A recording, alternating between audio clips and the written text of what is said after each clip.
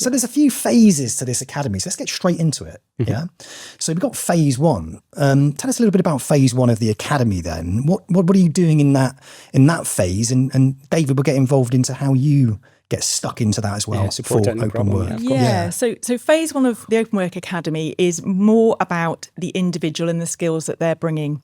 So the things that we'll look at there is their personality profiling to start off with, to understand a bit more about themselves and how they operate. Then we'll look at business planning. So making sure that people understand the business of financial planning, whether they're in an employed role or not, it is still a business for them to think about. And then we think about things like introducing behavioural finance to really help people understand the connection they need to build with their clients. I love it. From that phase, that's where David and Rebel Advance come in. So I'll probably hand over to you for the qualifications piece. Yeah, happy to. So that's in terms of, that's our bread and butter, Sam, right? So we're very privileged to run the Openwork Academy, and it's an academy actually that's run at scale. I think this year we're looking at somewhere in the region of about 100, 120 delegates, something like that will move through the academy. So that's about 7 to 10 cohorts approximately over the year that we're going to run through, of 10 to 15 people.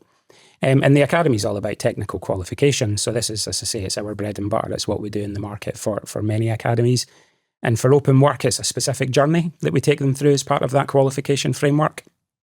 So within Openwork, we start with R01. So that's regulation and ethics. It's a very broad subject, but it's not a particularly deep subject. I'd go as far as saying, if I'm being totally honest, it's as dry as toast, but it's the pillar, it's a foundation of the diploma. Actually, I've recently sat that, Sam. I've gone through it again just to have a look at it, and I can again confirm it as dry as toast. So it's an interesting one, but the programme that we have, it takes you through it in a very structured manner, and we try and liven it up a little bit. But R01's the entry point. We then move on to R05, which is protection. And interestingly, actually, for the people that are listening, R05 is the only level 3 qualification and what is a level 4 framework.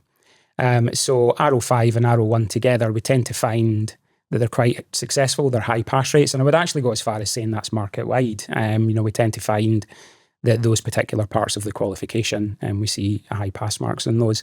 And it builds confidence for the delegates because they're a third through their diploma. So at that point, we can say, you're a third through your diploma. It's amazing. We then take them through R02 and R03, and actually those two papers really gel together extremely well. It's investments and tax. And you see a lot of commonality in both of those papers.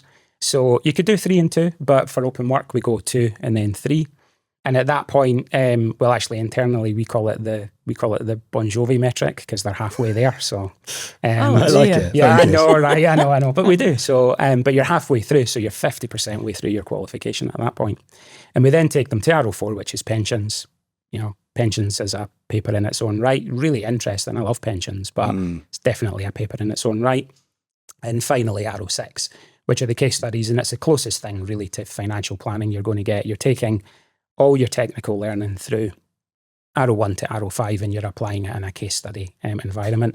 And that works really well for the Openwork Academy. Yeah, love it. Okay, so time-wise, how are delegates spending their time? Is it classroom-based? Is it online? How are you opening the doors for people doing this qualification training? Yeah. So we are a digital-first provider. So in terms of how we run our academies, it is self-study, and blended with classroom and tutor training, but it's all done on a virtual basis. So all of our content is structured inside a learning management system.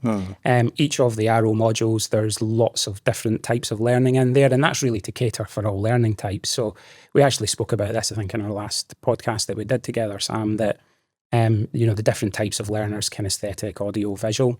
So in terms of our digital learning content, it caters for all of those learning styles. It's really important. And you'll find videos to watch, you'll find testing to do, you'll find PDFs to read, you'll find e-learning to interact with. But it's digital, so there's a period of self-study. And what we do week on week is we bring those individuals into the virtual classroom setting, and they get time with our tutors. And that's where we get to wrap our arms around them. That's a safe space for them to really talk about any issues they're having, if there's anything they're struggling with, if there's anything they want to really focus in on. And our trainers, obviously, in those sessions will look out for those cues as well in terms of those delegates that are maybe struggling a little bit. And then finally, at the end, we bring them into a virtual classroom. So they get a day or 2 days, depending on the programme. And that's really the icing on the cake. It's bringing everything together. So the programme is all done online via a learning management system. digital study, lots of different learning assets in there. And we wrap our arms around them with our chartered trainers. Love it. Helen, if, let's say, for example, you've got a ton of delegates who are going through the process, from your perspective, how do you know where somebody is in the process through their qualifications and whether or not they are struggling? This is such an important question, Sam. Thank you, because I think before I knew about David and Redmill and their proposition, we were doing training the traditional way. So people were given the good old manuals and they were working on them. The difficulty from that, from an academy standpoint, but also from a general training standpoint, is you don't really understand what the learner experiences when they're going through that.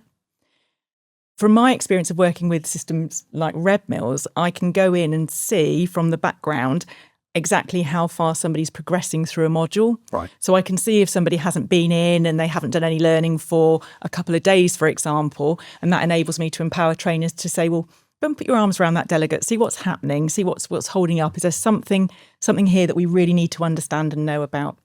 Equally, we can go in and we can have a look at the scores, because there's so many exams now, aren't there, that people can do on that system. Mm-hmm.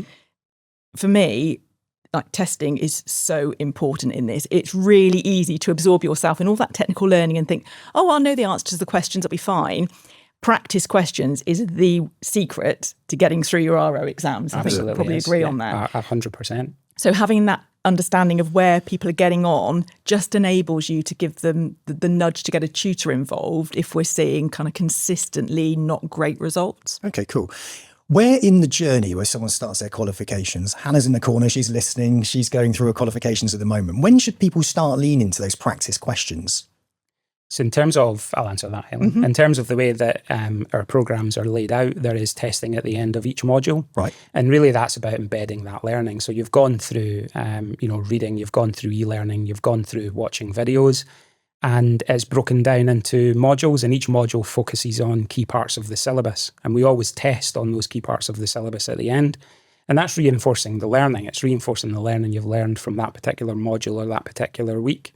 And that testing continues throughout the programs. There's that end of module testing, and then we have full mock exams at the end. And actually, just to circle back a little bit to what Helen was saying, because the data is actually really important. It's really important from a client's perspective to understand, how people are interacting with that content. Are they interacting with that content? Are they reading it all the way through? How far through are they? And as Helen said, it's critically important when it comes to the exams, the testing. Are they hitting the numbers that they should? Because that would indicate that they probably need a little bit of extra support. But what we do is we actually look at that data as well as a learning provider, because it's really good cues for us as well. And we can look across, with academies at scale, we are running multiple cohorts of 10, 15 individuals, sometimes 20 individuals in a cohort. It gives us a really unique opportunity to actually look at the results that are coming out the back of that testing. And if we see trends as a learning provider, so for example, there seems to be a common thread where people aren't doing so well in IHT, that's actually a really good indicator for us that we have to look at that part of our content. We have to consider whether we've got that right, perhaps enhance it, perhaps put extra videos in there, perhaps think about that from a tutoring perspective. So the data is not only really good for the clients and critical for the clients because it helps us support the delegates better, it's critical for us as a learning provider because it helps us improve our content as well. I love that. The speed of changing something that doesn't work through feedback. Yeah. And you guys work together in that capacity to ensure that happens quickly. So the next delegates come through, or even somebody who's just a little bit behind is going to get that swift change that's going to improve the process, right? Yeah. And it's about open communication it's a partnershut, right? And that is truly a partnership. Do you see that as a partnership between you two at the moment? Yeah? Without a shadow of a doubt. Yeah. So, what I've found working with Redmill is that it isn't a cookie cutter approach. Right. So, for example, within the Openwork Academy, we support mortgage and protection advisors as well as people that want to go on and do their full wealth qualification. Yep. So if there's somebody on our academy and maybe they had the ambition to be a wealth advisor to start off with, but they've started their ROs, they've done R01, R05, they've done CF6. If they want to hop off the bus at that point, we will fully support them doing that. That's a really good example, I think, where I've worked differently to how I've worked with Redmill in the past about how that works. Yep. So, which is really good to see because it's about understanding the people that we've got and what's the right thing for them, because ultimately that's going to be the right thing for their clients.